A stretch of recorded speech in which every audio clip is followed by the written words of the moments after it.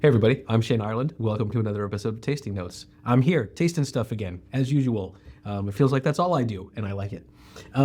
Today, I am back on my quest to smoke through all of the HU tobaccos. For those of you following along or not, HU is a brand previously only available in Europe, and overwhelming demand by U.S. consumers was finally brought stateside by your friendly neighborhood loudec/smokingpipes.com.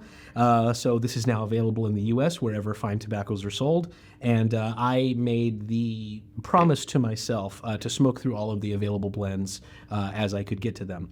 So I've done a couple so far, a couple really stand out and memorable ones so far, and today I'm going sort of outside my normal comfort zone and smoking something that caught my eye based purely on the name. This is HU's English Breakfast. Now, English Breakfast caught my eye for a couple of reasons.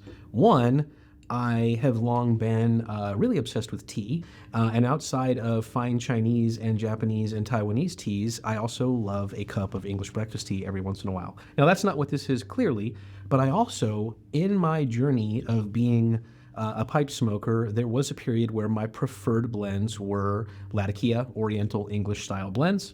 And in that family, the ones that I leaned towards were, I would say, maybe the lighter ones in terms of not necessarily strength, but like flavor and influence from the Latakia, let's say. So Peterson Early Morning Pipe being most notable.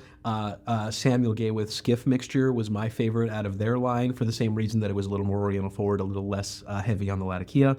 And the Old Dunhill London Mixture, some of the most notable blends that I preferred personally when it came to Latakia/English mixtures. So English Breakfast, again, caught my eye for that reason, and I wanted to see what the fuss was, what the deal was. A couple of surprising things about this one for me personally.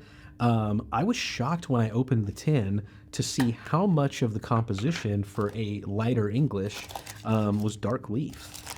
So now we do know, again, those of us that have been following along, that more Latakia doesn't necessarily mean more strength itself. It can absolutely mean more body and more flavor, but Latakia being a very, very, very, very fire-cured tobacco, and by that I mean it takes days, months, whatever, to produce it. It is intimidating looking, it is strong in aroma, strong in flavor, but the fire curing process does do something to tame down the actual strength of the blend. So more Latakia and more dark leaf in your English blend does not necessarily mean it's stronger. That's just a little FYI there. But I was still surprised for something that was Oriental forward on the lighter side and advertised as an early day smoke for there to be this much dark leaf in it. So anyway, tin note itself is, for an English smoker, intoxicating, truly. Oh gosh. Yes, it's spicy, but it's not on the tingly, like hot spice, peppery, even smoky and mesquite side. It's spicy in like such a comforting way. Like a mulled wine or cookies at Christmas time. There is a faint hint of something sweet in here, and I do get that in the blend itself. I'll come back to that a little bit later, but that comes through in the tin note as well. Maybe lightly fruity. You definitely have some woody notes, some smoky quality, and a little bit of a caramelized kind of a flavor. It's really, really interesting. I'm not noticing much in the way of the Virginias or the Orientals. It's possible that some of what I'm getting is a little bit more of an incense-like thing and a floral-like thing, and that is the Orientals contributing to some of the notes that are already found in the Cyprian Latakia. But it is right up my alley, English-wise, really aromatic in quality, and not just on the smoky side, which I think is what we expect most out of an English mixture. So really, really promising tin note, and I think that most of that comes through in the smoke. Really quick on the components. I have to remind myself here. Oh yeah, sorry, just checking. Bright and red Virginias, Oriental leaf, and Cyprian Latakia. Cyprian Latakia being the varietal and the processing that I typically associate more with like your woody, more mesquite, more campfire notes. And then again, I think some of what I'm getting on the floral and incense-like quality, a little bit of earthiness is coming from the Oriental varietals. And then in this case, the bright and the red Virginias, definitely in the tin note and even a little bit in the smoke, really provide a supporting role and just a hint of added sweetness that brings out some of the inherently almost sweet-like qualities from the Cyprian Latakia. Yeah, really, really good stuff. The tin note itself, I could get stuck there for quite a long time. So, We talked a little bit about the components, a lot of darker leaf, a little bit of some medium chestnut, some brighter leaf, and what is clearly some red grades. Perfect cut. I mean, lights and packs, super easy. This one, moisture content out of the tin is perfect. I didn't even give this any real aeration. Straight out of the tin into the chamber. Good.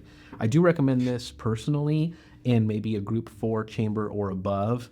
This is one that is so easy to enjoy. And like I said, definitely full of flavor, but not necessarily strength.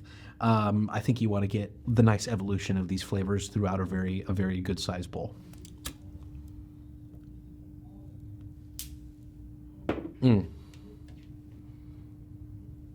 Initial light is exactly what the tin note promised. A faint, almost intangible sweetness. It's definitely floral and incense forward. I feel more of the influence of the Orientals than I even expected to, based on how much what appears to be Cyprian Latakia is in the blend. Soft, pillowy, creamy, dense on the palate.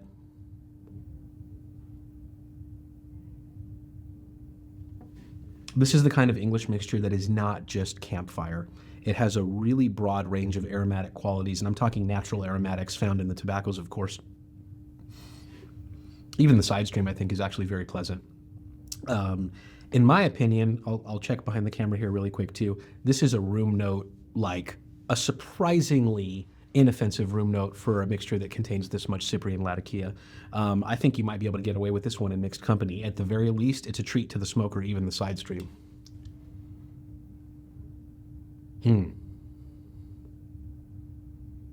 Medium plus in body and flavor, a shade below medium in strength. I really wish I had a cup of coffee right now. This is absolutely perfect for that sort of a pairing.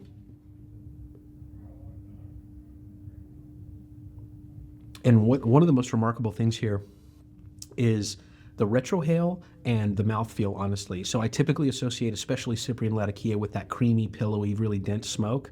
This is like velvet. I mean, it is just smooth and perfect. And through the retrohale, I get almost no tingle, almost none, but a lot of spice. A lot of this incense-like character, just a touch of the sort of mesquite, woodsy, smoky kind of a vibe.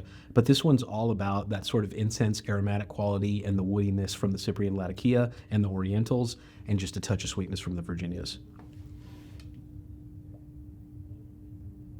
My preferences for English mixtures are that they are all-day smokes. It's very rare that I'm looking for, a lot of complexity, a lot of additional, condimental leaves, which technically takes you into Scottish blend territory if you're talking about Perique in the mix. But this isn't English I could smoke all day. It also has a very clean finish, which is sort of unique for me when I'm talking about Oriental blends or blends that also contain Latakia. I think this rivals early morning pipe. I have been doing this for a long time, and very rarely have I come across English mixtures that I think could possibly dethrone some of those classics that we all have loved and enjoyed for decades. I am blown away by HU's English Breakfast. It might be the perfect all-day English smoke. I'm smoking HU's English Breakfast in J. Allen Billiard that's been dedicated to English pipes for well over a decade. Actually, the first pipe I ever got from Jeff back in like 2011, 2012. And yeah, perfect performance in this pipe. Like I said, I think everything about this, from the cut to the moisture content to the blend itself, there's nothing I would change. Highly, highly recommended. And it might get me out of my Virginia rut and into some English blends, even though it's nearly summer. See you guys.